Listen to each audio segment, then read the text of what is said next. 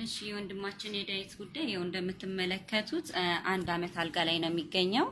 እንደዚህ እንደምታዩት በጀርባው ነው እንጂ በጎኑ እንኳን ተኝቶ አያውቅም። ይሄንን አሁን እንትን ለማለት ሳይሆን ሁላችንም አንድ ቀን እንኳን መተኛት ምን ያህል እንደሚከብድ ይታወቃል። ስለዚህ ወንድማችን ለአመት ከአንድ ወር ያህል እንደዚህ በጀርባው ተኝቶ ነው ያለው። አሁን ወደ ሀገሩ የምንልክበት ነገርና ቢያንስ እንኳን የቤተሰብን አይን ማየት ራሱ ለራሱን ትንሽ ተስፋ ስለሆነ እሱን እየሞካከር ነው። ያን ደግሞ ብዙ ገንዘብ ስለሚጠይቅ ሁሉም የተቻለውን ያህል ነገር አድርጎ እናትየውንም ያው በአካል እንዳየናቸው በእድሜ የገፉ ናቸው። አባትየውም እንደዛ የልጃችንን አይን አይተን እንሙት ስላሉ ያው እናት አባት ያለው ከእንደና ደግሞ ማንም ሰው ነገ የምንሆነውን ስለማናቅ ያለንን አንድም ሁለትም አዋተን ወንድማችንን ወደ ሀገሩን ሸኘው። ያለው ህዝብ እስካሁንም ምንም እንትን የቆጠበው ነገር የለም፣ ግን አሁን እንላከው ነው።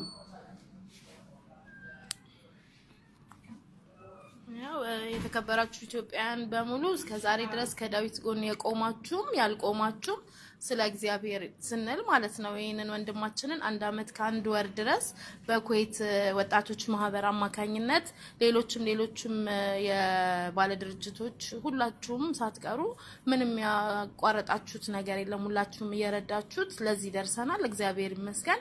አሁን የሚቀረን ደግሞ ወንድማችንን ከቤተሰቦቹ ጋር በሰላም ማገናኘት ነውና እባካችሁ ሁላችሁም የኢትዮጵያዊነት ግዴታችንን እንወጣ። አንድ ብርም ግማሽም ያለንን አዋተን ታቁታላችሁ። እንኳን እንደዚህ አይነት ደረጃ ላይ ያለ ሰው ይቀርና ኖርማል እንኳን የሆነ ሰው ትንሽዬ ጉዳት ያለበት ሰው በጣም ብዙ ብር እንደሚፈጅና እባካችሁ ሁላችሁም አይታችሁ ይሄንን ያቅማችሁን ረድታችሁ ወንድማችንን በሰላም ወደ ሀገሩ እንሸኘው፣ ከቤተሰቦቹና ከወገኖቹ ጋር እናገናኘው ብዬ ነው የምላችሁ።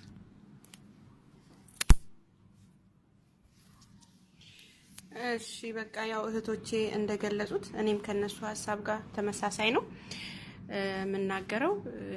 ሁላችሁም እንግዲህ በቃ ኢትዮጵያን የሆነን ሁሉ በቃ ለወገን ደራሽ ወገን ነው እና እኛ ለሱ መድረስ ያለብን እኛ ነን። ስለዚህ ደርሰን ልክ እንደዛሬው ሁሉ አብረን በመናደርገው አመት ሙሉ ብዙ ነገር አስተዋጽኦ ስታደርጉ ነበር። አሁንም ደግሞ ያንን ነገር ቀጥላችሁ ለሀገሩ እንዲበቃ እንድታደርጉ ነው ጥሬን ማስተላልፈው።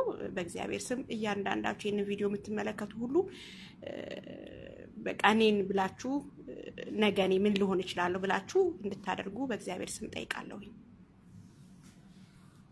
እሺ እኔ ማቅረብ እንፈልገው ምስጋና ነው። እስካሁን ድረስ ባለው ሁኔታ ላይ እነ አለ ሀበሻ ሬስቶራንት፣ አመለ ሳሎን፣ ፍቅር እንዳለ፣ ተስፋ እንዲሁም የአልፎርዳ ሰራተኞች በአጠቃላይ ከ1623 ብር አካባቢ አዋጥተዋል። ከዚህ ውስጥ 1500 ወጪ ይሆናል ማለት ነው። አሁን በአሁን ሰዓት 105 ብር ነው እጃችን ላይ የሚያለው።